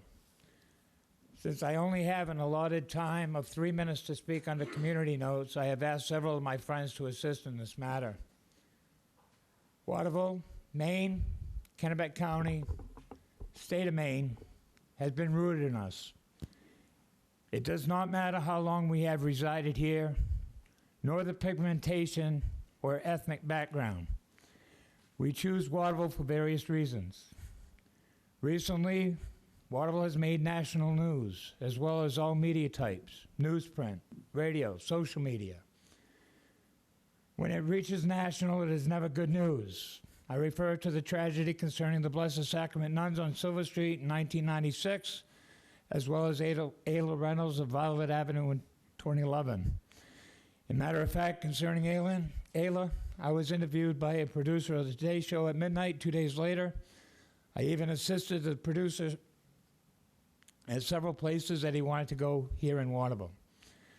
So once again, because of a Monday, October 14th day, Waterville once again made headlines. Again, not in a positive light. It seems that a mayor supersedes a governor who is trumped by a United States sitting president. I guess that is a good poker hand. On top of that, residents, whether here or there, are now blowing up social media, a thing I dislike. But hey, this is 2019. There is no more discussion, no more meeting in the middle, whether over a coffee, soda, or even adult beverage. What I say goes as a norm in today's society world. This is truly sad. Working for corporate, I was always told to read the email or correspondence to yourself 3 times before hitting send, but one never knew how the messages were going to impact the other party. Today, for a few moments, I saw something that really was inappropriate, and I firmly believe in the right of free speech. That being said, if it were on in today's wording, your own personal profile page, one has that right. When that individual is mayor, whether in Waterville, Augusta, Portland, once you hit send, people see it, and I did. Under the Waterville Mayor, under the Waterville Mayor Nick Isgro heading, there was a Morning Sentinel, Kennebec Journal article above, and I wish I were more technology savvy. I should have screenshot it. To paraphrase, it had to do with Mayor Nick Isgro saying in effect, I hope that they spent money locally at our restaurants and other establishments while they were here. I felt that the word wampum was missing from that message, but my heart saw that word in there. The post has been up for 23 minutes before I saw it. It was there, trust me. Mayor Isgro can deny it, but I know what I saw. As soon as I placed an emoji of a sad face, one of a tear streaming down from an eye, the post vanished into thin air. Again, I am not technology savvy to have screenshot that particular post. Mayor Isgro, I find that the position of leadership, you do not speak for us all. Is that the timer, Patty? I'm going over. I have that right. I have respect. No, you don't. I do. Where is this is a city council meeting. Michael, where is the This is a city council meeting. You are out of line, sir. And no, I'm not. I know Robert's Rules of Order. I will continue. Have me escorted. I will not. Have me escorted. Mike, this is unacceptable in a city council I am going to talk. Put that gavel down. Bob, I will not. You're out of line. I don't care. Well, I will you are finish. out of order. I will Bob, finish. you're talking about a tweet that's still up, actually, on my Twitter account. I'm going to finish. The paper can go. No, I'm staying here, Mike. No, you're not. Mike, I'm staying here. No. Bob, this is unacceptable. I'm sorry. No, it's not. Yes, it is. No, it is not. Yes, it is. Yes, I can. We're going to adjourn the meeting. Meeting's adjourned. I asked everybody to stay. This is a city council meeting. The meeting is adjourned.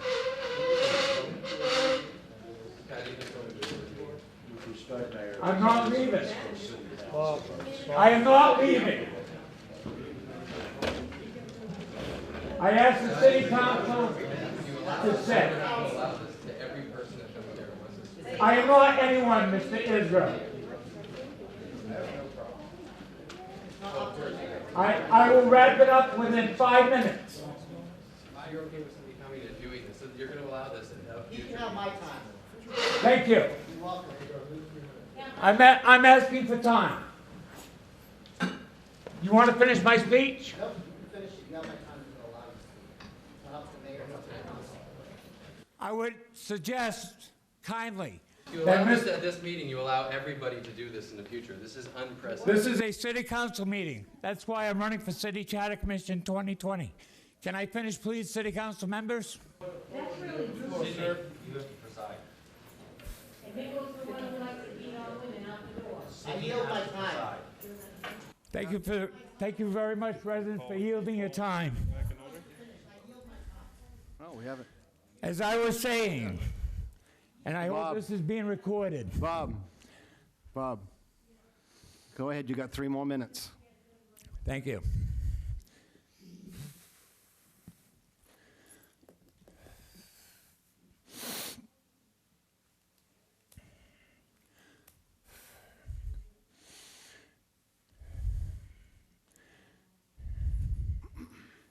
Mayor Isgro does not let us speak freely and is not afraid of using the gavel when crosshairs are pointed in his direction.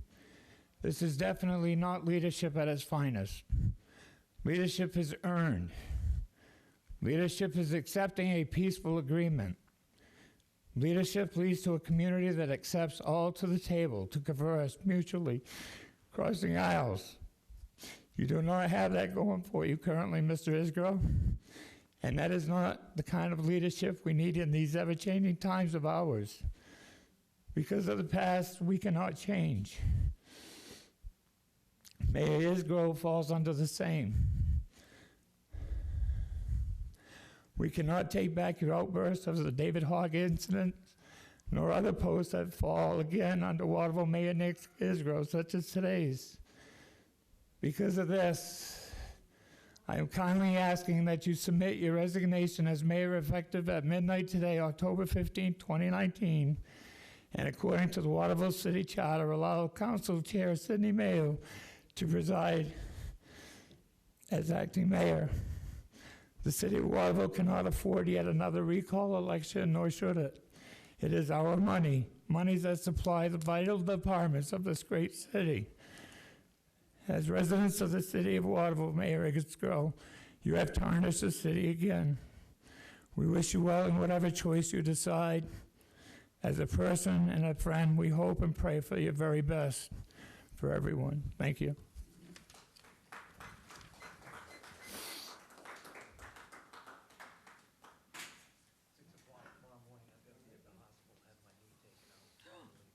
Okay, no problem. No problem.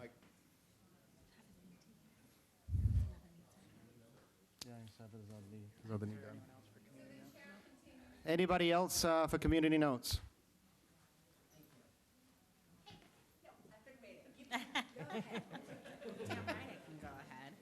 Patty, you still have the timer?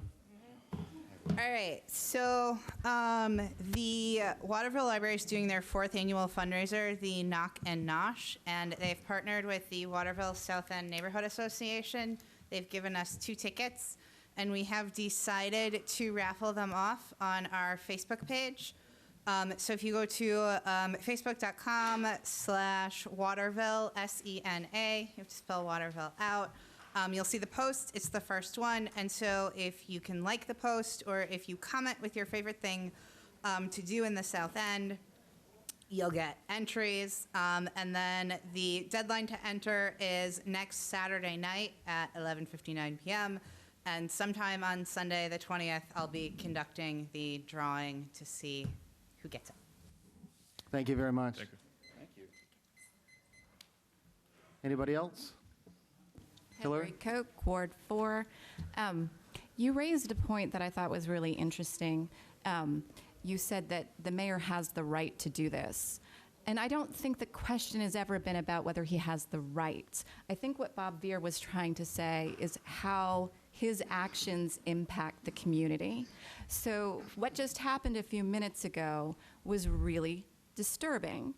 But I remember from my very first council meeting where I spoke, I was concerned about going over, and Julian Payne said he could yield some of his time so that I could speak longer, and he did. okay? There are rules set in place so that we can do these things as a community. It is your job to lead. If we have someone in elected office who isn't doing that, that's your job. And Councilor Mayhew, I'm going to disagree with you on this, okay? You walked the ward, but you didn't knock at my door, and you didn't knock on his door. I haven't finished walking the ward. I just said. No, but I understand. Right. But you're up here Correct. saying that this is how your ward feels, and it's not representative.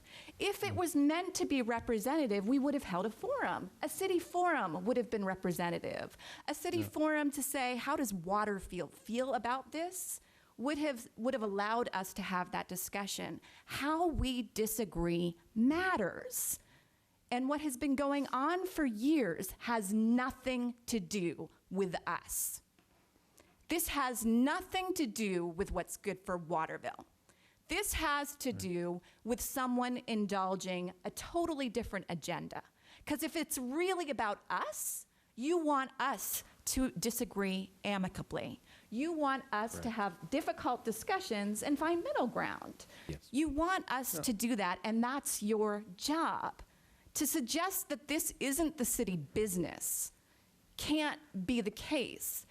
If an elected official acts on behalf of the residents who elected him, it is our business. And your job is to lead by example. So if there are people here who want to talk, you're in charge, and you have to allow them to speak. And if a resident wants to yield their time, that's the way it works. And if someone doesn't like it, let them leave. But you guys are there for a reason, and you should be looking to keep us together, not digging the divide deeper. And that's what everyone wants, and you should want it too. Oh, absolutely. I appreciate you coming up and saying that. If you notice, we're all still here. No, and I appreciate that. Yep, absolutely. Okay. No, I'm thrilled. And absolutely, I'm a firm believer in community notes. I'm a firm believer in freedom of speech, and I'm a firm believer in everybody in here. We sitting up here don't mean anything without you people. I've said it a number of times. I'm very passionate about what I do, and my constituents mean everything to me, and I take everything to heart what you say. Yeah, but when a constituent asks to meet with you and wants a meeting, you have to hold that meeting. Oh, absolutely, absolutely. And like I said, it's and I'm there for you guys. All the councils up here. This is a very, very diverse council, a very civil council, and a very productive council. Probably the best that I've ever been a part of. So we definitely hear you. We definitely will not ignore you, and this is the reason why we're still here, ready to listen.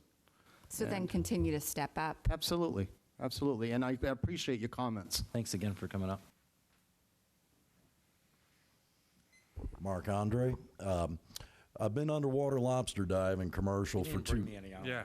You didn't even bring me. Yeah, but I'm a little out of the loop. But I wanted to ask briefly for an update. I understand there's been a group of counselors meeting and discussing obtaining a contribution from the colleges and possibly other nonprofits. Could I get an update as to the status of that? So we had a little bit of shuffling around. We've got a new member on the committee. Who are the committee members right now? It would be myself, Phil Bofia, and Sidney Mayhew. Great. Yes. So we did have a little bit of shuffling. You want something to say, Sid? Go ahead. Yeah, I can ask that, Mark. The committee has been established. We are in a delay right now because our city manager, Mike Roy, is going out to have knee replacement surgery as of tomorrow. Mm-hmm. So there will be a delay in the convening of that committee because we do need to have the city manager there. So it will probably be in November sometime after he's up and walking again a little bit or on a crutches. But those committee meetings will happen. How many times has the committee met? We have only met twice. Twice. To discuss how we're going to proceed. Right, and how is that discussion going?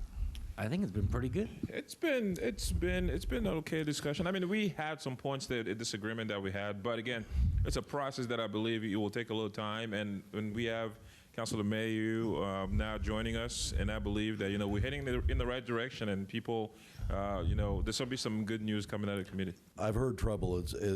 I've heard there's been a little trouble getting it off the ground, If I could just make the following suggestion to you, I've heard a lot of people conflating two different issues. There's an issue over nonprofits, of which the colleges are, along with Delta Ambulance and the hospitals and all See the how the Delta thing went today. There's also the issue over whether or not nonprofits are compliant with tax law and their nonprofit status. The petition I ran, this is the driving force behind why we were asking the colleges and not other nonprofits. Now, in the case of at least Colby, I've eaten lunch there several times in their dining hall. I'm paying market price for a sandwich. It's not Colby's employees serving me the sandwich. It's a for-profit company. I've met some of the employees. And if Colby is leasing that to a for-profit company, they may not be compliant if they're not paying taxes on that specific building that encompasses the dining hall. That issue is substantially different than looking at other nonprofits and whether they should or shouldn't pay property taxes. The proper way to address this issue, because none of you are tax experts, is to consult with the city attorney, who I believe is going to have a conflict of interest because he's worked for Colby, but who should find you a tax specialist, an attorney that's a tax specialist, and based on that attorney's recommendation, he will either tell you that Colby is compliant or not compliant. And at that point, you have the information you need to go forward. Just a suggestion. I have a gentlemen. question. You keep bringing up Colby, and I get it. Yeah. But Well, why I mean, am by I conjunction, suppo- Thomas but may why have the should same I problem. treat one nonprofit differently than another? Well, Why should I not- possibly you should have the tax consultant should look I at all not the be looking nonprofits at in all of town them as the to whether or same not they're exact way? compliant. But I think you're leaving millions of dollars of revenue on the table, possibly. And maybe you should have them look at some of the other nonprofits as well. But at least my eyes tell me that at least Colby and maybe Thomas have a problem with this. My eyes tell me that Colby has become a real estate development firm operating under the guise of a nonprofit. All right, we got to wrap it up, Mark. But We will be looking at all superficially, but no, I think it would be a good idea, We Jay, will to be have a looking at all tax the attorney Yeah. look into the whole 9 I'm yards. not sure our committee has decided not to look at stuff. We will be. We will be looking at all the options, to be assured. But the suggestion is the proper place to start as a tax attorney, because that's the man that can give you an answer. Mark. The other question is a state issue as to whether or not the nonprofits should or shouldn't be taxed. Well, I What think we're that's looking at is whether they're federal issue, not a compliant state with tax, issue. their Ask tax him to go sit obligations. And that's where you should start. All right, Mark, Thank you. we'll wrap that up. Anybody else for community notes? Just a Yeah. quick question. Yeah. I still don't know where Mark Andre lives. He never said where he lives. Mark, can you clarify that?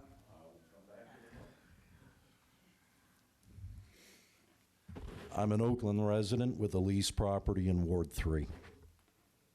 So he's a non-resident of Waterville, and he's trying to tell the council what to do. You've been elected by the people of the city of Waterville to do a job, not by outside influences. Do your job. Thank you. I'll address that. This- With respect, this- sir, I Mark, spent... you This is already had your communi- time. this isn't time for a Mark, yeah, you've had your time. This is Not community debate time. notes. You get a chance to say Yeah. what you want to say. This isn't a Let's let debate. others. Yeah, we need to allow the next person to come up. 30 seconds? No, we got to sit down, Mark. We got to wrap this up. You know, I don't always, Julian Payne, Ward 5, I don't always agree with the council, but when I do come up here, I try and address you respectfully.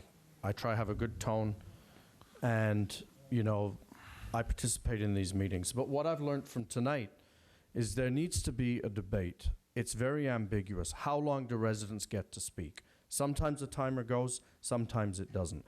I think within reason, when tax-paying residents get away from the TV and come to these meetings, you shouldn't limit their time. They don't in other communities. And that debate needs to be put out. Can you relinquish time to other people? I think you can. Do the police, sometimes you can, sometimes you can't. I guess it depends on who's presiding over the Right. meeting. Do the police have to be at the meetings? I think in this day's climate, you know, the police should be at a meeting. I don't believe that the police need to be at every meeting. Well, I think we're civilized enough. you know, that's not a debate. that's all a debate that, you know, you guys can have as a council. Do you want some kind of security here? Okay? The other question is, what constitutes a person speaking? Do they have to be a resident? Because when people came from on both sides regards the proclamation of the mayor, there was people from Unity that came to our community that speak. Yet it is community notes.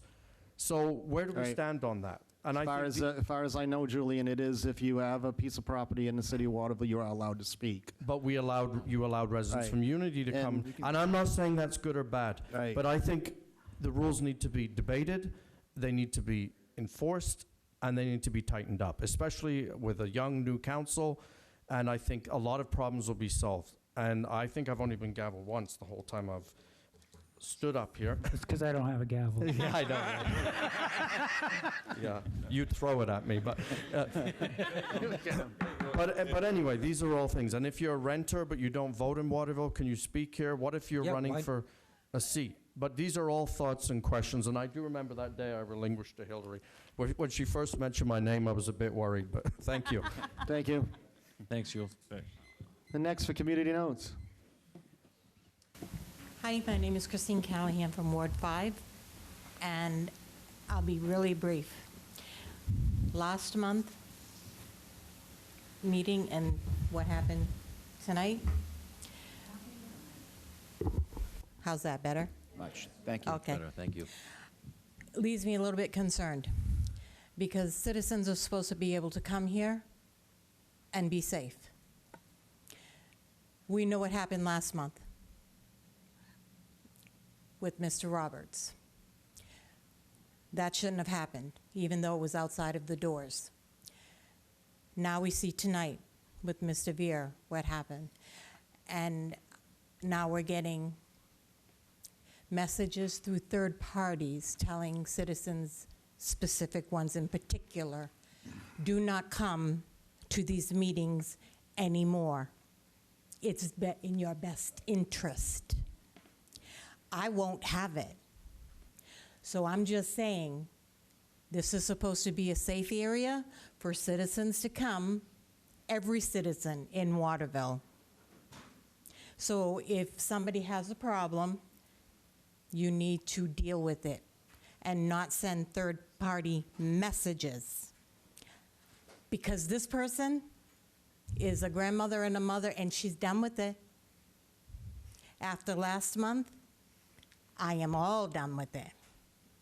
Because what happened out there with Mr. Roberts, that was my daughter, now that you did not know, but you know now. And I will not have it anymore. Anybody else care to speak? Be my guest. Before you leave, oh, go ahead. I just want to respond and say that, in this council, everybody here, agrees with what you're saying, right? Nobody here would ever try to silence somebody from speaking. That is your right. You have the right to come here, and I want everybody to know, and I've said it multiple times, you should never be fearful to come to this council and speak, because we are here for constituents, and that's the bottom line. We are here to listen to what people have to say, and we will always listen. Okay, so I want anybody to know, and again, we are here for you. If you have something to say, you come here and you speak. And if somebody's trying to stop you from doing that, you let us know. And if there's something we can do about that, we will. Absolutely, and I think the entire council concurs with those sentiments.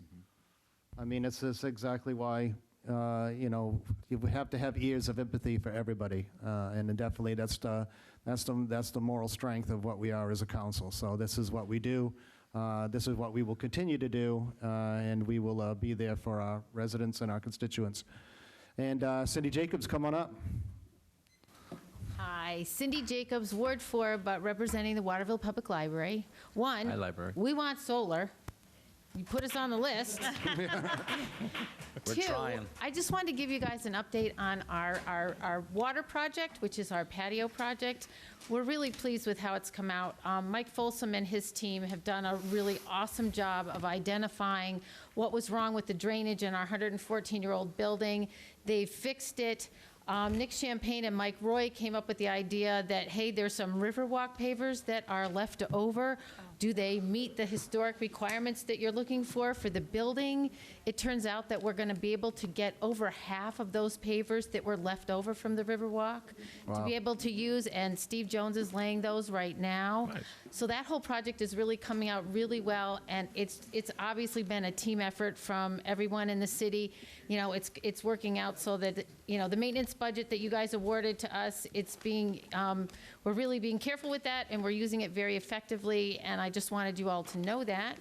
And number 3, Nosh and Knockoff is coming up on the 26th, and I'm really hoping as many of you can be there as possible. Tickets are going really fast. We will sell out in the next week or so, so I'm really hoping we will see as many of you there as possible. The play this year is going to be awesome. The food's going to be awesome, and it's, of course, the library. Yeah. So, thank you very much. Thank you so much. Appreciate it. Anybody else that has a say for community notes? Motion to adjourn. Second.